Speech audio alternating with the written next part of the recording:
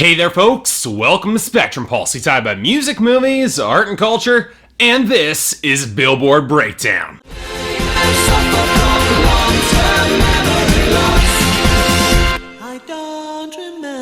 So this was a pretty simple week on the Billboard Hot 100, in that there were movements and changes that you could pretty easily predict. And yet it was almost a deceptive week on the charts, where it might seem like a lot happened. We even got a new song debuting in the top 10, and trust me, we'll get to it. But it's not exactly disruptive or all that interesting to the status quo. If anything, its success is all the more predictable. But you know what, before we get to that, let's talk about our top 10. Unsurprisingly, Uptown Funk by Mark Ronson easily holds steady at number 1 thanks to absolutely dominating sales, streaming, and still gaining on airplay. And as I predicted, consistently steady gains from Ed Sheeran's Thinking Out Loud across the board were enough to propel it up to the number 2 slot. That was enough to push down Blank Space by Taylor Swift to number 3, which might be dominant in airplay, but having peaked there and was slowly declining sales, it might be starting to recede a little bit. What's not receding is Take Me to Church by Hozier, which had a pretty steady week across the board and still hasn't peaked in airplay, which is enough to get it to number 4. Now the first big surprise on the charts this week was the sudden jump from Shake It Off by Taylor Swift, which leaped up to number 5 almost entirely thanks to streaming and YouTube, having already peaked in airplay and slowing in sales. Now its sudden success was enough to keep Lips Are Moving by Meghan Trainor stalled at number 6 despite a pretty solid week, and to push I'm Not the Only One by Sam Smith back down to number 7, despite still not having peaked in airplay yet. But now we've got our top 10 debut, Sugar by Maroon 5 coming in at number 8. And really, the fact that it debuted so high really isn't that much of a surprise.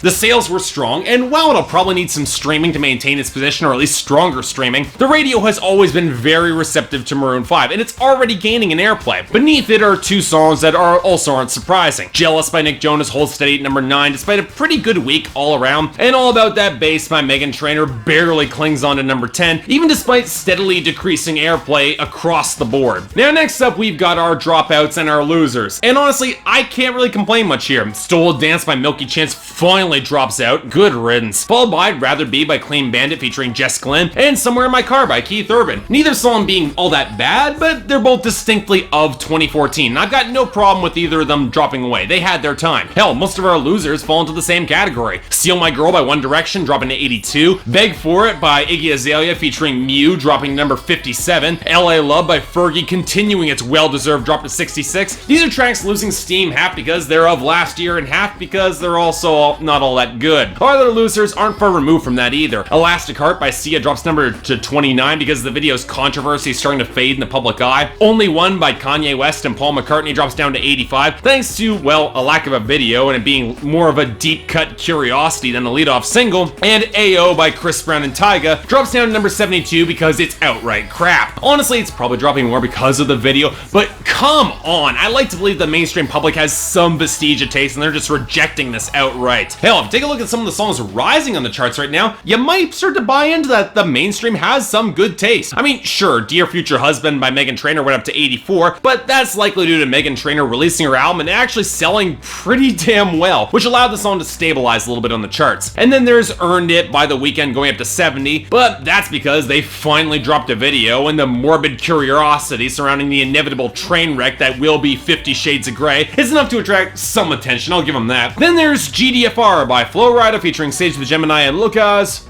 Okay, I've got no idea why this is going anywhere considering how blatantly it is a ripoff of Talk Dirty, but I'm guessing it's only charting because it's vaguely danceable, I guess. But the rest of the songs, Time of Our Life by Pitbull and Neo and Outside by Calvin Harris and Ellie Goulding continuing their rise to 24 and 58 respectively, Style by Taylor Swift rocketing up to number 52, and most surprisingly and most happily of all, Hoodie Allen and Ed Sheeran's All About It going up to number 78. These are all good to great songs, and I really can't complain about some of them getting some major traction, so that's all good. Now, of course, we need to look at some of our new tracks coming onto the charts, so let's start with our one returning entry.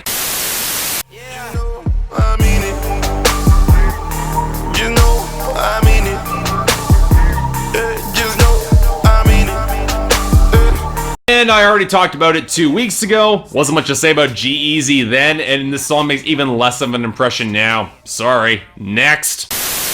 And now, our new entries, starting with number 98, The Body by Wale featuring Jeremih. I know me no disrespect, but I'm just trying to drive it once again. So Wale's got another single about sex and girls, this time the lead-off single from an album called, and I swear this is true, The Album About Nothing. Well, good a hint and cut to the chase, but how's the actual song? Well, okay, did you ever want to hear Wale and Jeremih make a bunch of hit or miss double entendres about sex when trying to pick up a girl, specifically relating to cars? See, the frustrating thing is that it's not a bad idea. Wale's still kind of corny, but more of his lines connect than miss, and those that don't, they're pretty damn hilarious, and the production's not bad. But you know what? Wale, from a technical standpoint, he's just not that good of a rapper. There's too many flubbed or forced rhymes for me to really appreciate the song and get into it. And all I do is really remind me is that Big Crit did this sort of song so much better on Cadillactica last year. Next, number 96, Say You Do by Dierks Bentley.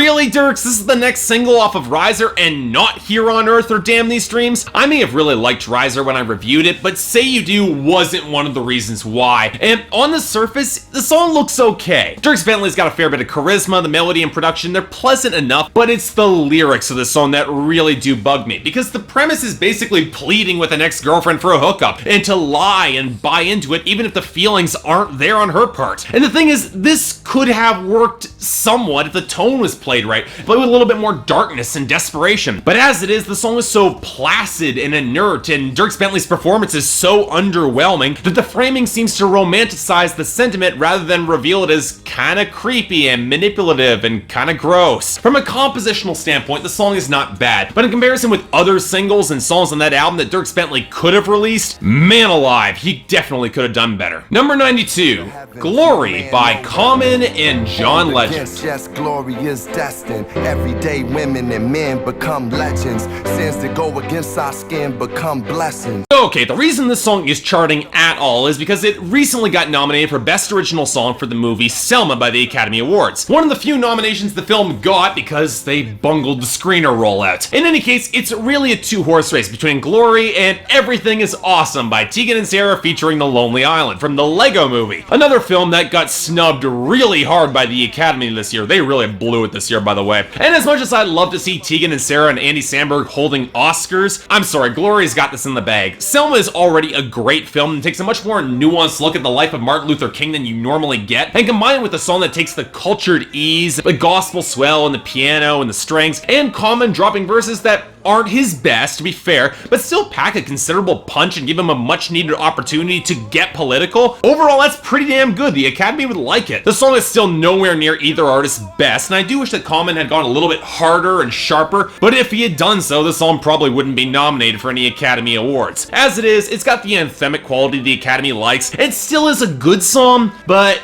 not quite a great one, at least for me. Number 73, Uma Thurman by Fall Out Boy. She wants to dance like Uma Thurman. Okay, no. If you want a song inspired by a film that's actually all kinds of awesome, you should check this song out. I've already talked about Uma Thurman when I reviewed Fall Out Boy's album not too long ago, and this was easily the best song on it. Not to mention one of Fall Out Boy's best singles in a long time. The jittery piano line, the Munster sample, the sweet grooves that recall Pulp Fiction era Tarantino. It's almost enough to completely ignore the fact that the song is basically coasting by on the raw ego of the narrator and his girl as they dance, even if said dance might turn out to be lethal. Now, it's not one of Fall Out Boy's more substantial songs by a mile, but you know what? When it's this fun and when grooves are this good, doesn't matter for me. I'll take it. Number 48, Homegrown by the Zac Brown Band. Feels like home. I got everything I need and nothing that I don't. Oh man, it's been a while since we had new stuff from the Zac Brown Band, but I'm sure as hell glad to see them back on the charts. One of my favorite country groups of the past decade thanks to killer harmonies, a knack for real melody, and a penchant for great songwriting and real experimentation. Homegrown is the lead-off single for their upcoming album. So how is it? Well, it's pretty good, if a little bit basic. Nowhere near their best work. The production feels a little bit compressed, the songwriting doesn't do much beyond standard small town love, and that change up in the final third of the song doesn't quite stick the landing for me, and it definitely suffers in comparison to a song like Chicken Fried. But you know what? For the lead-off singles from the Zac Brown Band, they're rarely the best from the album, so I still got high hopes for these guys. And at the end of the day, Homegrown still has enough organ and good harmonies to win me over. It's honestly still a pretty damn good song by sticking to the basics. So you know what? I'll take it. Number 37, Heartbeat Song by Kelly Clarkson. It's been so long I forgot how to turn it up all night long. I remember when I used to be excited for a new Kelly Clarkson song, and then I sit back and remember that was over 6 years ago. And to be fair, so Kelly Clarkson rarely releases bad songs, and the worst I could say from this new single is that it's probably gonna be bland. And surprise, surprise, it is. Kelly Clarkson still sounds good in the mic, but maybe it's the more electronic vocal production, but she just sounds kind of checked out on this song. And with the thin, percussion-heavy instrumentation and rather interchangeable lyrics, I can't help but feel like I'm listening to her version of Fifth Harmony's Sledgehammer. And you know what, I can't believe I'm saying this, but I actually think I might like Sledgehammer even more. Heartbeat Song, I'm sorry, it's just forgettable. And well, I shouldn't be disappointed here. I mean, Since You've Been Gone it was over a decade ago. I shouldn't expect more from Kelly Clarkson, but you know what, I kinda do. She's better than this. I just hope she remembers that for her next album. Number 8, finally, Sugar by Maroon 5. Oh my gosh.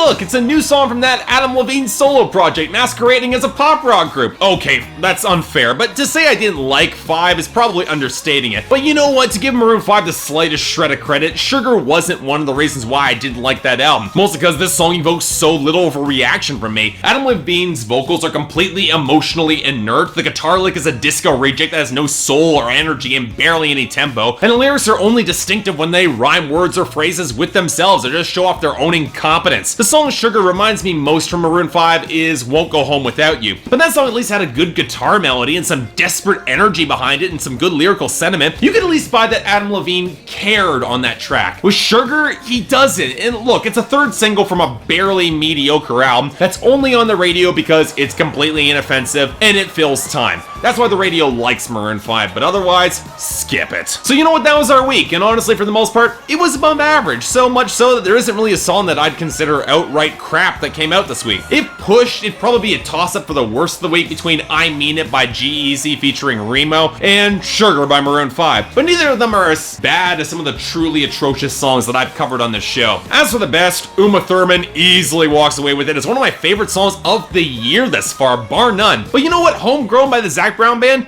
Not far behind there. Overall, things seem to be getting better on the pop charts. We could use some good pop music, and it's nice to see the charts finally deliver. Let's hope for more next week, but until then, I'm Mark, you're watching Billboard Breakdown on Spectrum Pulse, and I'll see you next time.